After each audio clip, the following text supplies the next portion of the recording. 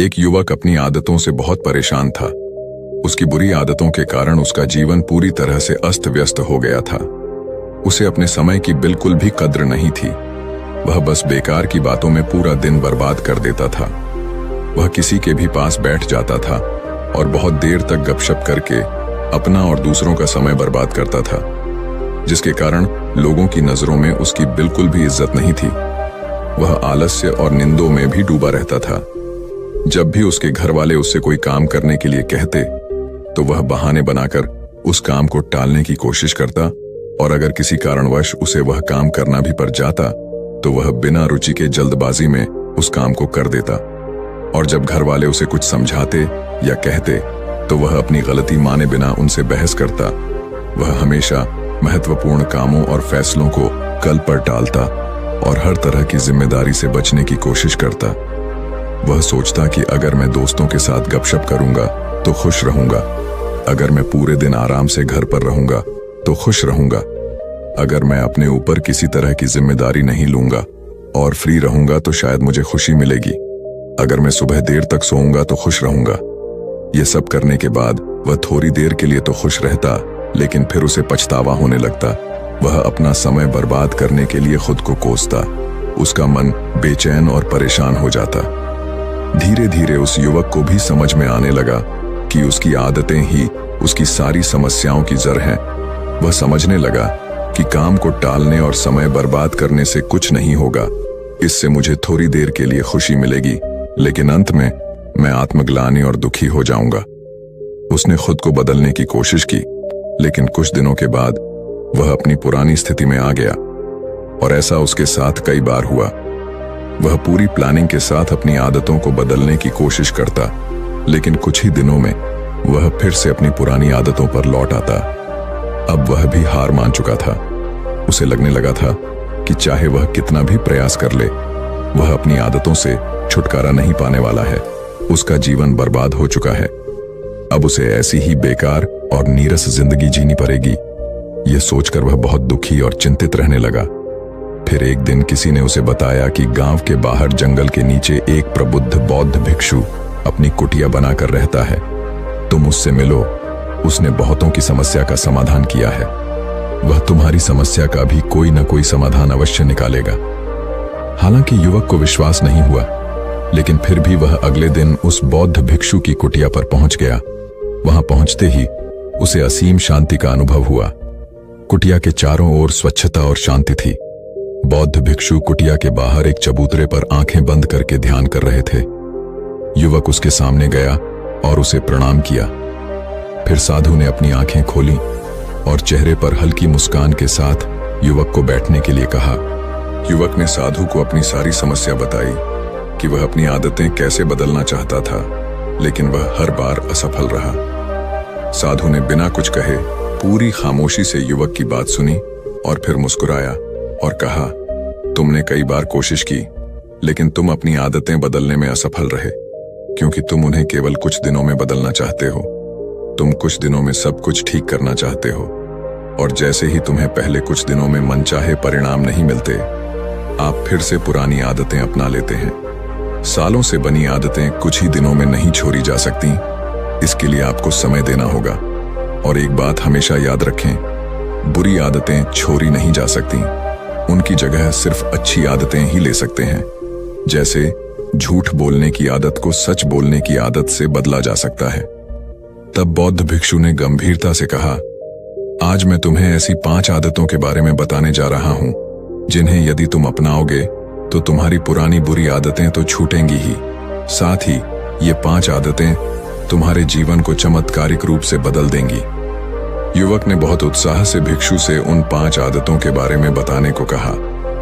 भिक्षु ने कहना शुरू किया, पहली आदत है किताबें पढ़ना। दुनिया के सभी सवालों के जवाब किताबों में छुपे हैं, क्योंकि जो सवाल आज तुम्हारे मन में उठ रहे हैं, वही सवाल आज से पहले बहुत से लोगों के मन में उठे हैं, और उनमें से कुछ ने उन सवालों के जवाब किताबों में लिखे भी हैं। तो उस पूरी प्रक्रिया से गुजरे बिना सिर्फ एक छोटी सी किताब पढ़कर तुम अपने सवालों के जवाब पा सकते हो और उन्हें अपने लिए इस्तेमाल कर सकते हो। एक किताब में एक व्यक्ति तुम्हें अपने पूरे जीवन का निचोड़ देता है।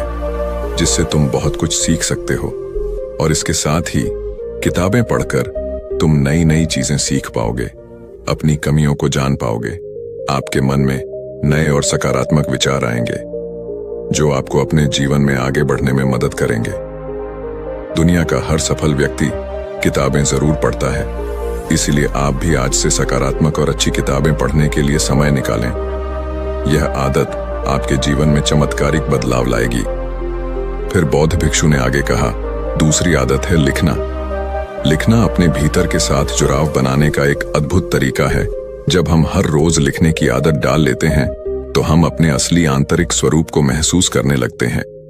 लिखने का सबसे बड़ा फायदा यह है कि जब हम लिखने बैठते हैं तो हमारा दिमाग भटकना बंद कर देता है और जिस विषय पर हम लिखना चाहते हैं उस पर ध्यान केंद्रित करना शुरू कर देता है।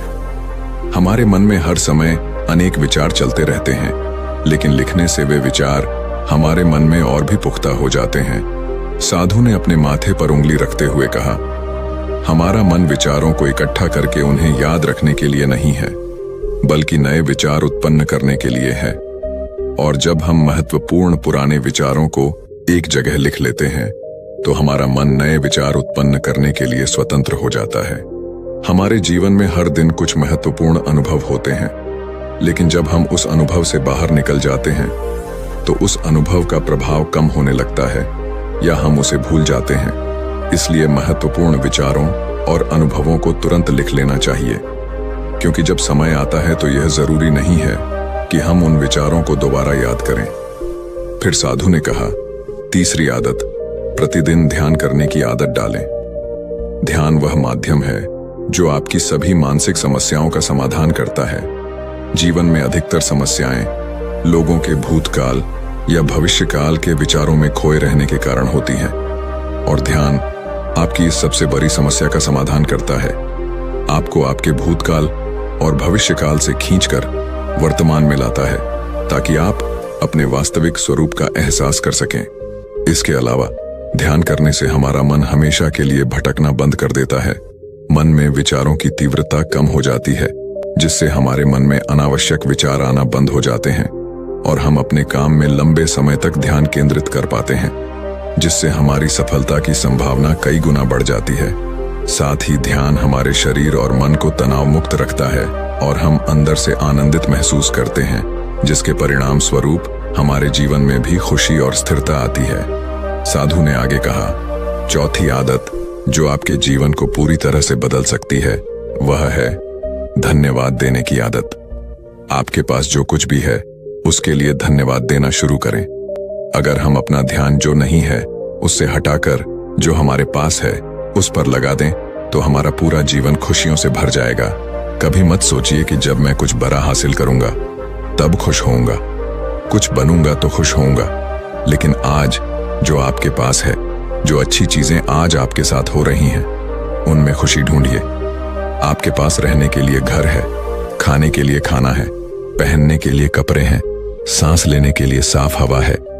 आप उसके लिए भी आभारी हो सकते हैं, क्योंकि दुनिया में बहुत से लोगों के पास यह भी नहीं है। और खुशी कभी किसी बाहरी चीज से नहीं आती। खुशी उससे नहीं आती जो हमने खरीदा है, जो हमने लिया है, जो हम बन गए हैं, बल्कि हमें खुशी तब मिलती है जब हम अंदर से महसूस करते हैं कि हमारे जीवन में कुछ भी कमी नहीं है, हमारे पास बहुत कुछ है। और जब हम उस पर ध्यान देते हैं और कृतज्ञता व्यक्त करने की आदत हमें बार बार याद दिलाती है कि हमारे जीवन में कमी नहीं है, बल्कि हमारे पास बहुत कुछ है। फिर साधु ने थोड़ा सा गंभीर होकर कहा, मैं कहूंगा कि 5 आदतों में से एक जो आपको अपनानी चाहिए वह है कृतज्ञता व्यक्त करने की आदत, क्योंकि यही वो आदत है जो आपके जीवन को सबसे सकारात्मक तरीके से बदल सकती है। भिक्षु ने 5वीं आदत बताई, आप जो पाना चाहते हैं उसके बारे में पूरे आत्मविश्वास के साथ सोचना शुरू करें। सोचें कि आपको वो चीज मिल गई है तो आपको कैसा लगेगा, आप कैसा व्यवहार करेंगे। आज भी वही करें। खुद को उस सफलता को प्राप्त करते हुए देखें और महसूस करें और जो आप पाना चाहते हैं। हमारे मन में जिस तरह के विचार उठते हैं, जिन चीजों के सपने देखता है, उन चीजों को पाने की कोशिश करने लगता है, उन्हें अपनी ओर आकर्षित करता है। ध्यान रखें कि कोई भी सेनापति मैदान में लड़ाई जीतने से पहले अपने मन में उस युद्ध को कई बार जीत चुका होता है, उसी तरह सफलता हासिल करने से पहले हमें भी अपने मन में उस सफलता को कई बार करवाना होता है।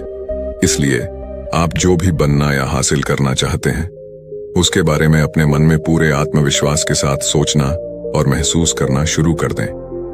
युवक साधु की बातों का मतलब समझ चुका था।